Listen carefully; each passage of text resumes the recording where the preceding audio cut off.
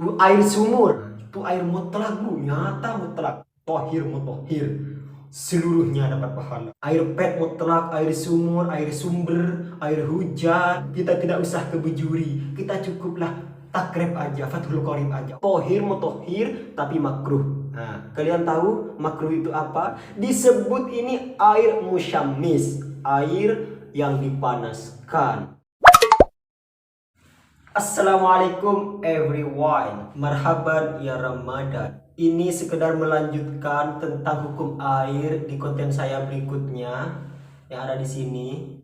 Di sini kan pembahasannya kemarin saya belum tuntas dan belum konkret dan akurat. Nah, di hari ini sesuai perjanjian kepada para subscribers, banyak yang tanya di grup WhatsApp saya Abdullah Sampang, tanya tentang air. Hai Pak Ustadz, kok belum selesai itu kontennya itu? Yuk jelaskan dong, aku sudah subscribe. Masa sampean belum menuntaskan itu? Itu masih endingnya itu digantung.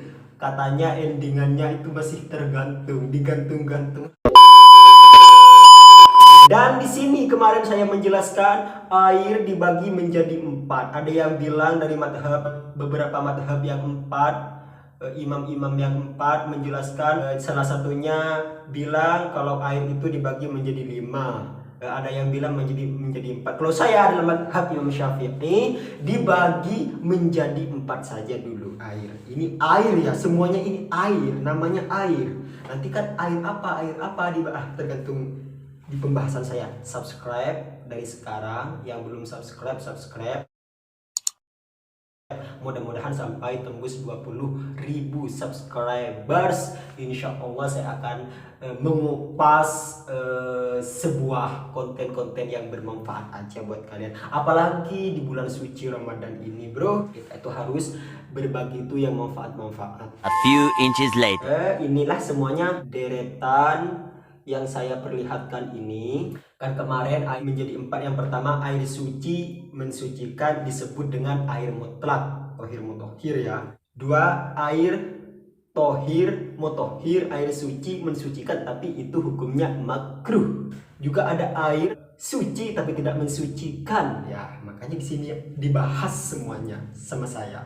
Juga ada air yang tidak boleh digunakan, itu air najis. Air yang dibagi 4 semuanya ada di gelas-gelas ini. Yang pertama air mutlaknya ini ya bro, nanti saya jelaskan. Ini air mutlak, contoh, ini sebagai contoh bro. Maaf ini kok bro, padahal ini konten religi lah, bukan konten joget-joget lagi.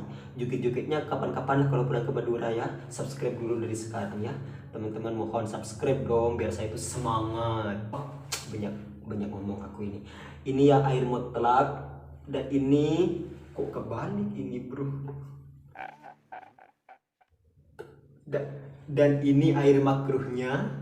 Ini air makruh, dan ini adalah air yang tidak bisa mensucikan, suci tapi tidak mensucikan. Dan ini adalah air kencing saya tadi. Nggak apa-apa lah, kan buat konten. Nah, aku kan kencing kesini, nggak boleh kan bro? Nggak haram hukumnya loh. Nggak apa-apa. Siapa yang berani mengharamkan? Nggak ada. Ini saya kencing di gelas, enggak, tapi sebagai contoh aja ini. Ini najis bro, nggak boleh disentuh. Ini yang aku sentuh itu kering-keringnya aja. Sekarang semua ini langsung saya bahas. Sombong amat. Yang pertama air suci mensucikan, yaitu air mutlak ini. Air mutlak itu adalah air yang nyata, memang mutlak, bagus, bisa langsung digunakan wudhu dan mendapatkan pahala. Wudhunya dapat pahala, terus menggunakannya juga dapat pahala. Itu berlipat-lipat atau berdobel-dobel ganjarannya atau pahalanya, ibadahnya itu berdobel-dobel. Dapat pahalanya itu dari airnya, juga yang menggunakannya dari niatnya, semuanya serba pahala. Oh ya Allah, bakalan masuk surga, amin. Ini misalnya seperti air hujan, contoh. Ini saya bukan air hujan, ini saya ngambilnya air pet. Pertama air hujan yang baru datang hujan itu air mutlak bro, jelas nyata itu mutlak suci. Air sumur, itu air mutlak bro, nyata mutlak. Tohir mutohir, seluruhnya dapat pahala. Juga Air pet mutlak, air sumur, air sumber, air hujan, gitu kan, air mutlak. Ingat ya, air mutlak itu adalah seluruhnya itu mendapatkan pahala. Airnya mendapatkan pahala, penggunaannya dapat pahala. Serba pahala. Kita bisa wudhu dan sholat, insya Allah, kalau kita itu ikhlas dan mengikuti seluruh protokol dari kitab. Kita tidak usah ke bejuri ya, kita tidak usah ke bejuri, kita cukuplah takrib aja, Fathul Qorib aja. Wah, di situ sudah terkupas tuntas secara nyata, terus enak, nggak usah ke bejuri juz 1, juz 2, enggak. Yang ke-1 pembagian air sudah jelas kan? Kalau kurang jelas kalian bisa komen di bawah ini, gak apa-apa. Sedangkan yang nomor 2 adalah air tohir mutohir tapi makruh. Nah, kalian tahu makruh itu apa? Sedangkan makruh itu kalau dikerjakan tidak dapat pahala atau tidak dapat disiksa, tidak dapat siksaan atau tidak dapat laknatan dari Allah. Kalau ditinggalkan dapat pahala, dapat ganjaran. Itu makruh ya. Makanya jauhkan makruh. Kalau kalian ingin menanam pundi-pundi pahala, jauhkan hukum makruh. Ini makruh, boleh digunakan ya, sah juga wudhunya kita, sah. Kita menggunakan air makruh ini adalah hukumnya nggak apa-apa digunakan, tapi pahalanya tidak ada ya.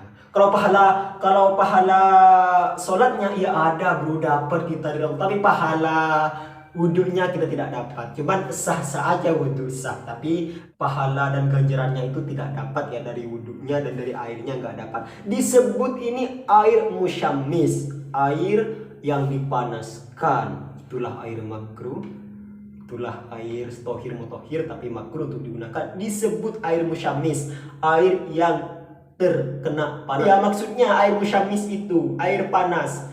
Air musyammis itu bahasa Arabnya air musyammis, tapi kalau diartikan tuh air yang terkena panas. Maksudnya jadi panas, bukan panasnya itu hasil dari godokan ya, atau yang oleh angler, bukan air panas yang kita godok di kuali atau di wajan ya, bukan hasil air kompor atau air dari api, bukan. Air musyammis itu adalah, teman-teman, biar kalian tahu, subscribe dulu dong, subscribe biar saya jelaskan. Kalau nggak disuruh rugikan ilmu ini bro, ini ilmu bro. Aku dulu tuh mati-matian di pondok. Nah, air musyammis itu adalah air yang terkena terik matahari. Nah, karena ya, air kita misalnya kalian punya air atau air hujan, air sumur, air sumber, kalian punya satu bak atau satu ember ya, punya satu ember kalian, hasil dari air hujan nerama, hasil dari air sumur saya nyelok, sampean itu taruh air satu embernya tadi di depan rumahnya, atau ketika panas jam 12 siang ya, panas, kalian taruh di depan rumahnya sehingga air itu panas, terkena terik matahari, kepanasan. Jadi airnya tadinya satu ember itu disebut air musyammis, disebut air musyammis. Nah, itu tetap dinamakan air tohir mutohir, juga bisa mensucikan bro ya, gak apa-apa kita gunakan wudhu. Tapi hukumnya itu makruh. Kalau bisa gunakan yang tidak terkena panas. Kalau memang tidak ada lagi, yang ada cuma air ini, ya nggak apa-apa, terpaksa digunakan. Kalau masih ada di jeding banyak, di kamar mandi banyak, masih di sumur banyak, ya ke sumur aja kalau dekat sumurnya bu. Tapi kalau sumurnya jauh sekitaran kiloan, ya nggak apa-apa lah gunakan, daripada kita tidak tak nyapok pejang. Ayo ditekan subscribe, tuh nih subscribe, ada ilmu 2 dari kok seberi tinggi, 2 lah subscribe. Terus air musyammis ya, air musyammis, bukan air mutlak. Yang ini air mutlak, yang ini air musyammis, sama-sama digunakan, sama-sama suci, boleh digunakan semua, sholat atau mensucikan hal-hal yang terkena najis, apa-apa. Nah, yang ketiga ini adalah air suci tapi tidak bisa mensucikan bro. Ada air suci bro, ini suci, boleh ya, boleh dipakai minum dipakai minum aja maksudnya. Tapi kalau dipakai minum boleh, tapi tidak bisa mensucikan bro. Kita tidak bisa buat wudhu, nggak boleh bro. Ini namanya air apa? Air soda. Nah, saya ambil air suci tadi, air mutlak, air suci mensucikan, terus saya kasih soda. Sudah bukan air yang bisa mensucikan lagi bro kalau dikasih soda, namanya air soda. Bukan cuma soda, air yang misalnya terkena digodok air panas seperti kita angkel, air emarayantel, misalnya aing bideng roh, tak oleh juga saya, tak oleh kas aing bideng tak oleh. Seperti air nutrisari, karena kita sudah berubah, bukan namanya air lagi, bukan dinamakan air, sudah berubah menjadi soda. Kalau dikasih nutrisari menjadi nutrisari, kalau dikasih extra jos menjadi air dan lain-lain. Itu tidak boleh digunakan untuk wudhu, nggak sah hukumnya, nggak bisa sholat ya. Hati-hati, tidak sah wudhunya, tidak sah ya bro. Kalau yang dua ini, kalau air musyammis dan air mutlak ini sah 100%. Kalau ini 0% pun tidak sah. Air susu nggak boleh, air kelapa itu juga air suci itu, tapi tidak mensucikan, itu nggak boleh digunakan untuk wudhu ya. Nah, biar kalian jelas. Terus yang terakhir bro, yang wajib kita hindari, jauhi sejauh-jauh mungkin. Kalau bisa 10 meter kita jauhi. Itu apa, berbahaya banget bro buat ibadah kita. Apalagi itu letek-letek ke lampu kita, mencerat ke baju kita, kita nggak sah sholatnya bro ya. Hindari. Yang satu, yang terakhir, yang nomor 4 ini, yaitu air kencing. Itu air najis, bukan sebenarnya bukan cuma air kencing, air najis banyak bro. Air najis apa? Seperti air liur. Air liur kita ini najis bro, nggak boleh disentuh. Bahkan ini bisa najis bro, air mutlak ini bisa kalau dikena ini setetes pun, sedikit pun, ini bisa air najis namanya, bukan air mutlak. Bukan. Nah ini juga semua yang 3 ini kan air suci semua ini ya. Tapi kalau dikena ini bro, kalau dikena kencing ini sedikit pun, setetes pun, udah berubah semuanya, itu menjadi air najis. Buang sejauh-jauhnya ya. Hati-hati. Penjelasan ini untuk kalian semuanya yang belum paham, yang masih belum kurang detail dengan penjelasan air yang dibagi 4 ini saudara, kalian itu bisa langsung mengunjungi situs website saya di abdullahsampang@gmail.com, dan juga langsung menghubungi nomor WhatsApp saya di sini 085648180 langsung hubungi nomor WhatsApp ini ya teman-teman. Air di dunia ini dibagi menjadi 4. 1.